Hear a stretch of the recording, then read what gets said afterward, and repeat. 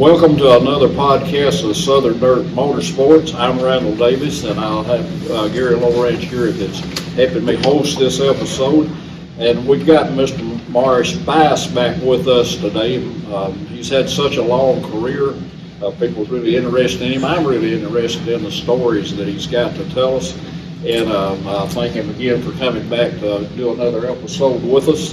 And Morris, if you will, we left off, and I'd like for you to just talk to us a little bit about, you've had a long career and still racing, I understand, son. How has race cars changed from the time you first started racing to what you see now? What kind of evolution have you seen race cars go through? Yeah, it's gone from a junkyard to engineers.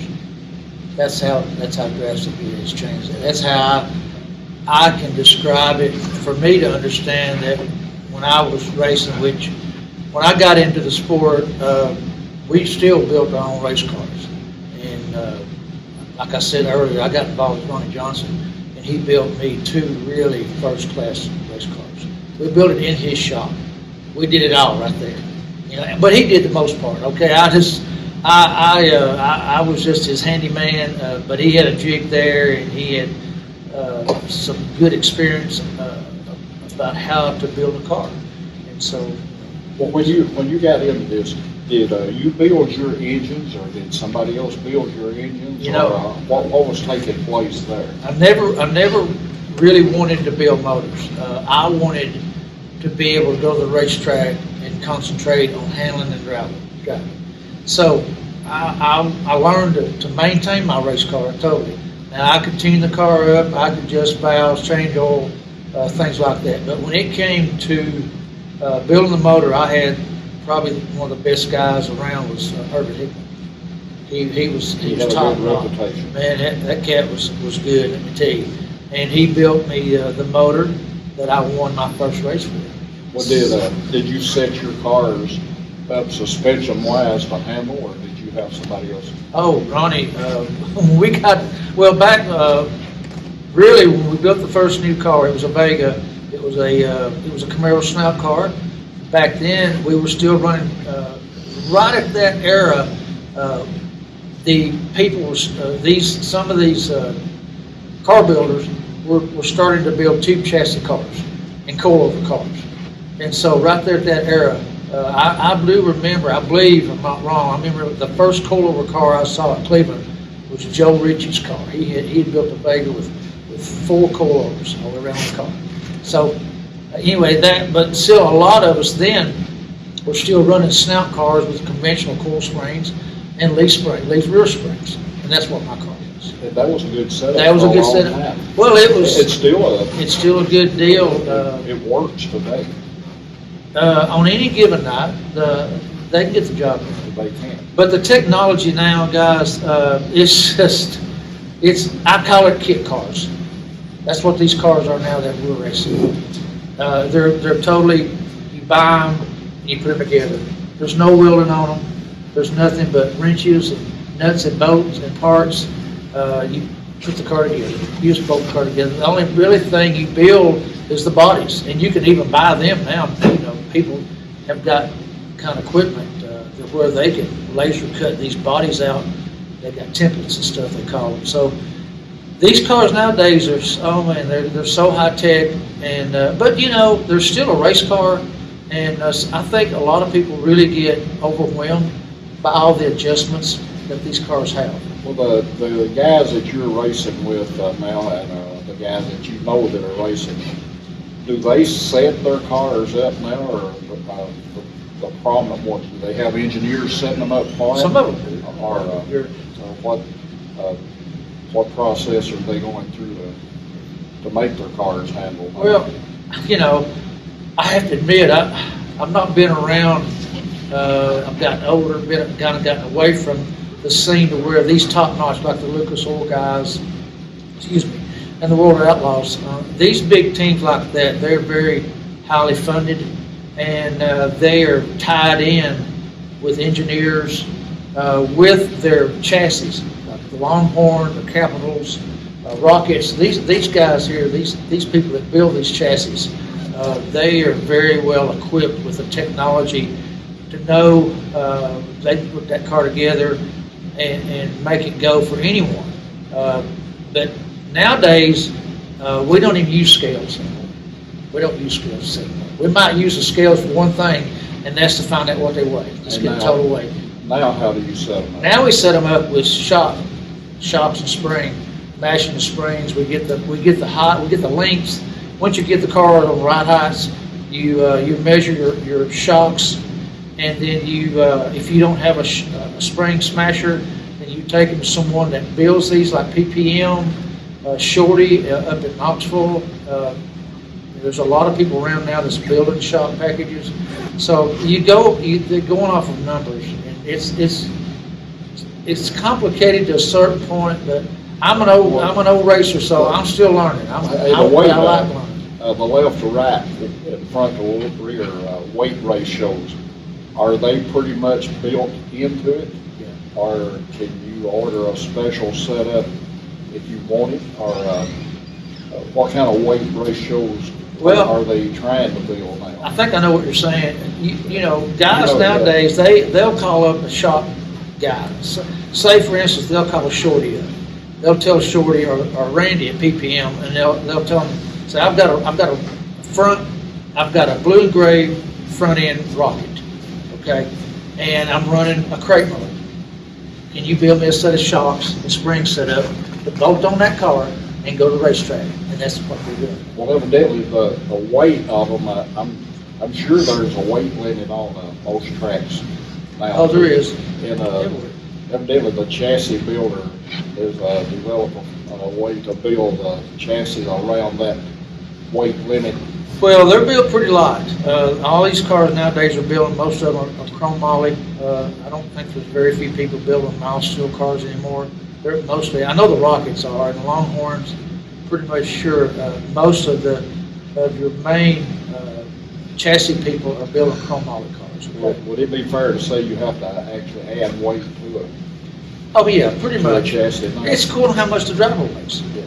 The driver plays a big part in the weight distribution. Yeah, he can create a lot of left side bias. They can, and rear weight also, So there's adjustments on these cars. You know, it's just a matter about where you want to mount your batteries. They make brackets where you can bolt these batteries in wherever you want to, but I've noticed over the past few years that the manufacturers have found a proper place to where they know exactly how this car is supposed to be set up. And these battery boxes are welded in, they're not bolted in. So it's everybody, you know, but when you get a chassis, say if you go and buy a chassis, you buy a race car from a chassis builder. You bring it home, you put it together, you go to the racetrack, and so you make the changes to that race car, what fits your driving style, and how you like for the car to drive or handle. That's me. Do they tell you what spring and shock package you need? Well, they're supposed to. Morris, I've got to ask you this too. We cross paths with a lot of characters in our racing careers. And even after we're retired, we do some of that. Yes, sir. Who was one of the most colorful or memorable characters that you ever raced with? Oh. There's got to be one that stands out. Oh, I know. There always is. Oh, everybody knows this kid, Mark Martin. Okay, tell us a little bit about Mark. Baxter Martin. Well, now this was the Mark Martin that raced dirt tracks, yes, not the Mark Martin that didn't say that. Exactly. I mean, this guy was from Baxter. Actually, how I got to meet Mark back in the days when I was hanging out at Ronnie Johnson's shop. Well, when Mark wanted to get into racing, he was looking to buy a car. Well, lo and behold, Ronnie had built a friend of mine also was Stanley Shad. Okay. Well, Mark came over and wound up, making a long story short, he wound up buying this car from Stanley. Okay.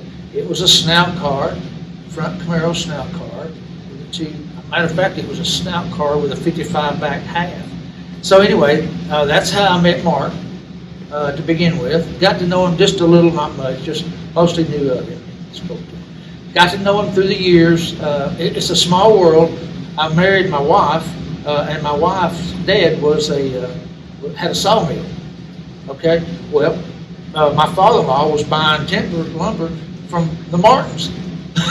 So I got to know Mark better that way. He was bringing in lumber, for the sawmill, so I got to know him a little bit better in that way. And then as you race, as racers, you wind up racing against each other or beating each other on the racetrack somewhere. I didn't race against Mark too much. We were always, he raced a lot around Baxter, Crossville, Golden Mountain. He would come over to Cleveland some. I don't think he came to Boys much. He'd go to Atomic some. We met, we got involved, we got into asphalt racing. This is a crazy story. I know I'm probably going to jump around on you a little bit Hey, here. that's fine. But he bought an asphalt car. I mean, he wore the dirt cars out. I mean, he destroyed it. I'll never forget that old car, but he won some races, but it was a tough old race car, and that's what Mark Martin needed. Because he was wide open. That cat he was one heck of a driver, If he didn't pass you, he'd take you out, man. He just, he used that front bumper. But he and I, we always got along. I never had a problem with Mark. So I got into asphalt racing. I kind of bumped it up a little bit, and I was asphalt racing, and he got in my asphalt car to run Nashville. And so I'd heard about it, so I went up there one weekend and just to go watch the races, and met up with Mark, and lo and behold, he was there, and he was just couldn't get his car working and this and that, but anyway, he told me, he said, well, if you help me, I'll pay you. I said, you don't have to pay me. I said, we're friends, man. I'm here to help you. So I helped him get through the night, and he made a pretty good showing that night. Well, we came back again, or he came back and he hired me then. I said, okay. So what? I'll assume you raced on dirt before you did asphalt. I did. And when you first trip on asphalt, what was that sensation like compared to dirt? I always dreamed, that was really my dream and my goal, to get on asphalt racing when I started round track races. But there was no asphalt tracks around. Boyd's had just pulled their asphalt up in '76. So there's nothing close other than Nashville or Huntsville, I believe, and Lanier, places like that. So I couldn't afford to travel and stuff like that. So, but my first race is at 411 with Doug Sofa. They had paved 411. Okay, and they went under, NASCAR came in, and we ran under the NASCAR banner under a week called a Weekly Racing Series. Yeah. Okay. That was a prominent series. It was, yeah, and we raced, it was called the Mid-American Region, Mid-American Region, okay? And come to find out after the season, I always wanted, when I found this out, I even drove up there in the wintertime before, hoping that this place it was a true fact that they had paved it. I'm gonna run this deal if it is, so I went up there in the wintertime and drove up there and walked right up there. And sure enough, it had been freshly paved. So I went home and I made my plan. I made my plan about chasing that dream. But Did you like the asphalt better than the dirt? I don't know if I liked it any better. At that point in time, I didn't know until I ran my first. But the first night, we went, and what we did, we ran dirt cars on asphalt. We didn't run asphalt cars. We ran the dirt car. Yeah, we did that for a few years. That was an interesting concept. Yeah. So I remember I didn't get my car together in time to go to practice. So the first time we went was the first night of racing, and we went up there, and I'll never forget it. I qualified third, and I ran third, and we ran double features. And when I went home that night, when we got home that night, I was like in heaven. I love this. Oh, this is one. I was clean, my rig was clean, and that's another thing. That was the first trip I had bought, knowing I was going to make this trip. This was like a 3-hour trip for me, okay? 3 hours every weekend. And so I had bought a cube van and an enclosed trailer because I'd always raced out of a pickup truck or a dually and an open trailer. So being on the road, knowing I was taking my family, my kids were with me then.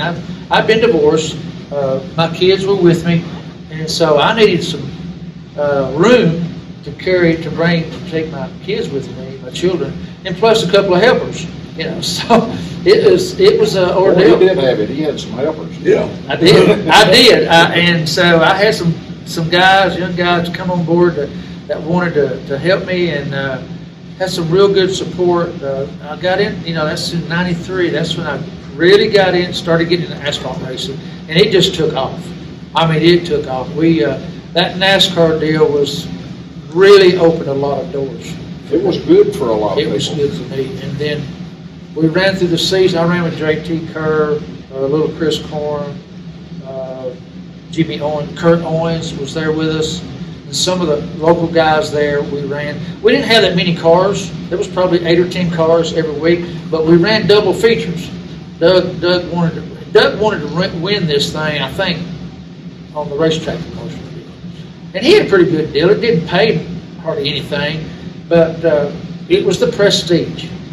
It was something you felt good. Yeah, it was something you felt good about going, just like going to Atomic Speedway and racing. To me, you know, you go to Atomic, you're doing something right, especially if you're competitive. So anyway, we wound up running that deal up there. We ran 44 races. Halfway through the season, I was leading the points. And then after that, I started following. I had some engine problems. I got in a wreck or two. And so I wound up following the 9th. The top 10 in this series gets to go to Nashville to the NASCAR banquet, walk across the stage. I mean, it was a big deal. It was a huge deal. For me especially, because this is a dream come true for me. This is where I'm really chasing this dream now. I'm living this dream. So we get, at the end of the year, you know, it's just, the publicity we got was unbelievable by doing this deal. So, you know, yeah, we went to Nashville. I was awarded as 9th place. Get to stand up on the stage at Nashville, at the Opryland Hotel.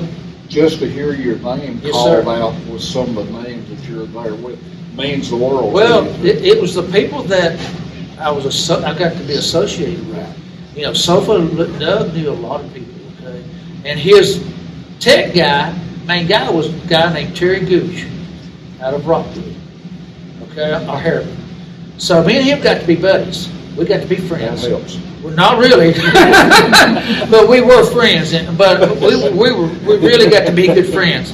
No, he wasn't a tech guy. He'll tell this one. Yeah. Oh, yeah. It always helps to know the tech It guy. helps to know the tech guy, you know. But anyway, we wound up, you know, we ran that whole season. You know, through that season was not an easy season because the way Doug ran it, if we went Saturday night, 3-hour trip up there and 3-hour back, and we got rained out, we had to come back. We came back and run the race on Tuesday night.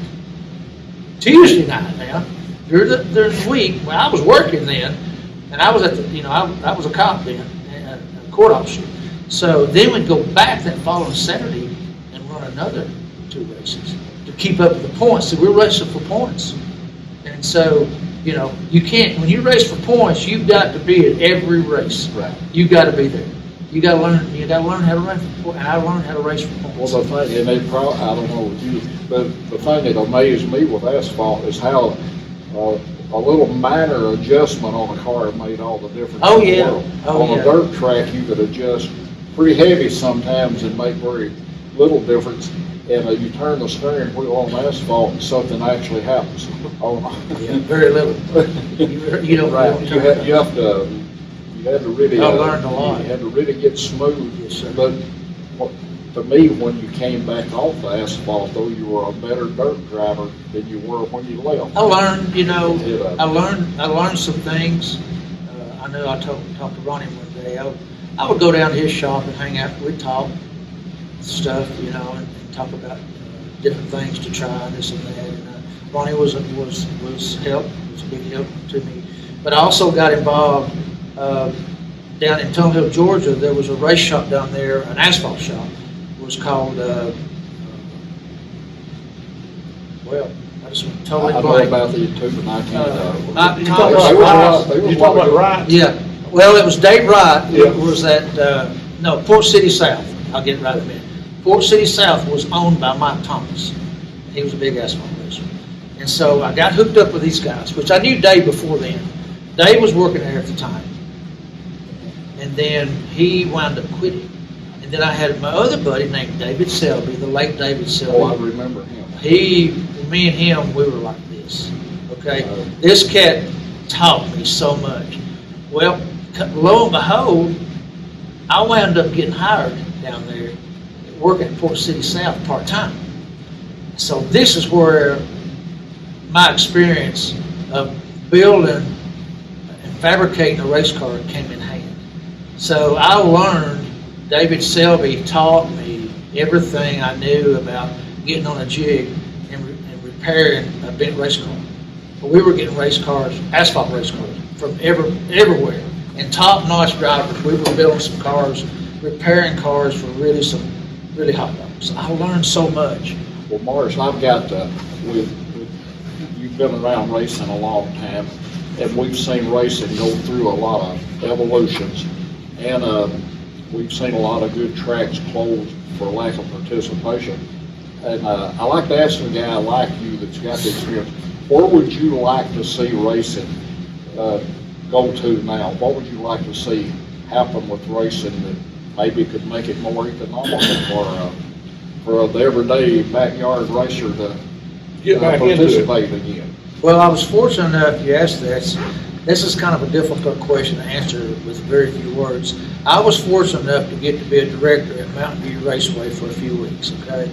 And I learned a lot about the other side, okay? But people, I think promoters have got this is my opinion now, That's a personal what we opinion, want. okay? We want But I don't think I'm far off. Promoters have got a lot of responsibility to promote their racetrack, but also they need to realize that it takes race car drivers to put a race on. And vice versa. Don't give me, racers need to realize they got to have a racetrack to race on. So to me, it's a two-way street. I've always said this. I never really got to talk about it, but it's a two-way street. I don't care how much money a promoter's got. I don't care how nice their racetrack is. If they don't put the purse out there, you're not going to get cars. Okay? It's simple as that. And if the racers don't show up, where are you going to race? But the racetracks have got to have racers, but the racers have got to have a racetrack. So promoters, this is my big deal. I even said something on Facebook the other night. We were talking about stuff. Promoters make the rules. Promoters make the rules. Okay? Remember that. They can also make the rules to where it can be affordable again for the racer, a Saturday night racer. The biggest majority of racers here in this area, Chattanooga, Knoxville, they're Saturday night racers. They're Saturday night racers. Probably 5% of your racers are traveling racers. They'll go off to other racetracks. Let me ask you, if you could name two things that would help contain the price of racing, what would it be? Oh boy. This is simple. Simple as can be. Share it with us. Tire rule, change the body rules. Get away from that high dollar front nose. These front noses that we're having to run now are over $750, okay? This is the nose. I think I heard Milkman talk about this night. The clips. No, not the clip, the nose, the plastic Oh, nose. okay. No, not the nose, not the You're frame. talking about the skin. I'm not talking about You're chassis. talking about the skin. I'm talking about the body. Yeah. The nose. The nose is $750. Not counting the bumper. I ain't counting the bumper. Bumper's between $200 and $300. So you're looking at $1,000 for a front nose. When you wreck one of these cars, the front end, and you tear up the nose and you mess up the bumper, you're looking at a $1,000 bill. Okay? I can go now, and a lot of guys are doing this. A lot of guys can do it themselves too. I can go back in the day when we run flat noses and ran a one-tire compound. Go anywhere we wanted to race. The flat nose, I can put a flat nose on my race car for $200. Less than $200. Okay? I'm counting bumper and nose. But, one of my ideas, track promoters too need to talk to each other and try to run the same rules, being more consistent. When you got a track that he runs this rule, the other runs that rule, you can't build a car for both tracks a lot of times. Well, what the problem is you've got these big series, and they've got their own rules, okay? Like Southern All-Stars, like the Shavers race, Ray Cook, right? All these guys that have these big series for your super late models, even your crate cars, they have their own rules. So if they come in to race, say, I've got a racetrack, okay, and my rules are different. If I want to make my rules different, well, what are you going to do if you want to bring that other series in and let them run? Well, your local guys are going to be penalized because they're not going to have the same as they got. But you've got to look at, to me, the big picture of this business now, of this sport. Look, I'm just a little peon, okay? I'm an old racer, but I know what I know what it costs to race because I've raced out of my pocket most of my life. I've been fortunate to drive with some good people, and I've been fortunate to have some good sponsors, okay? But lo and behold, the expense has gotten so out of control, and they could really, they need to do three things. Really, they need at least three things. They need a tire rule, a one compound tire rule, okay? Let American racers run their tire, but you can only run one compound all the way around. Everybody's going to be on the same tire, okay? And also your shock packages.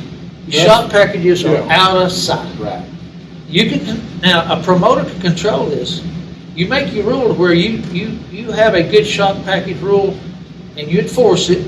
Like I've always said, a rule book is not worth the crap the paper it's wrote on if you don't enforce it. You've got to have tech people that are strong backbone, strong will, that will stand up and enforce the rule, okay? And the other one is the nose. It's so simple. I don't understand, because if you look at these if you look at the late model rules, even the crate cars, you can't tell them apart by looking at them. They're cookie cutter cars. Yeah. The noses are flat. All but you get down to about 8 inches or 10 inches or so, and they've got this plastic around it. They've got the skirt.